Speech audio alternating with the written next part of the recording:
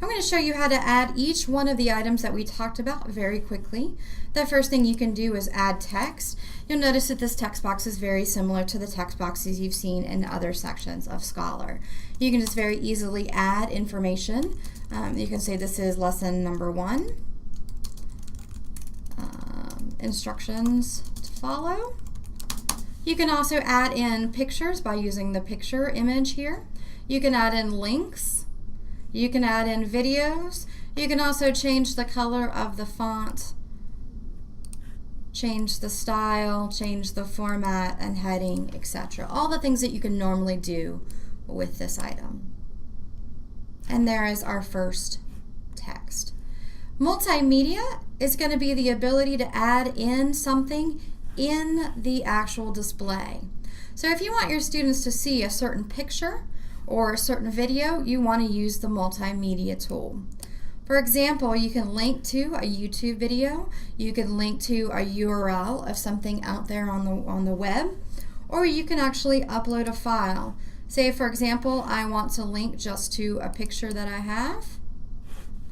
I can hit save, and it is now linking to a picture that I have. Now at this point you can decide whether you want this to display inline, such as display here, or if you want to have it be a link. If you just want it to be a link, you want to use the resource tool.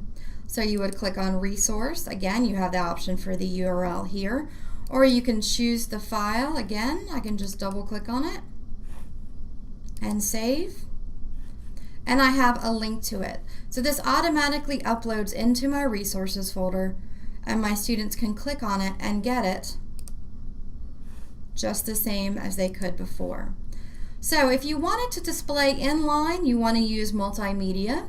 If you want it to display as a link, such as a course document or reading something, a PDF that they need to read, you probably want to include a link instead.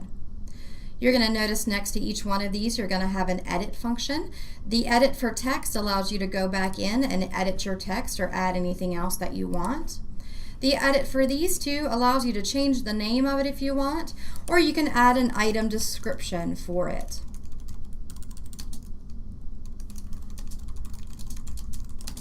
And then if I hit save, you'll notice that the item description goes below it, and you can add item descriptions. This way a student would know before they clicked on it what it is that they're actually clicking on.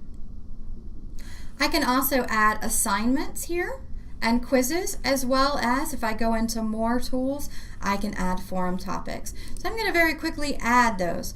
Now the thing is with these that you probably want to create the assignments, the quizzes, and the forum post before you come into the lesson tool so that you have them available. I'll click on add assignment. I already have an assignment here, the essay, so I'll choose that, and now I have a link to the essay. Same thing with my test and quizzes. I already have a test, so I can choose the correct test here, and my test is added, and I can go in and add my forum topic, my general discussion, so I've added that as well. So you can see we're basically just going through and talking about the different options that we have across the top.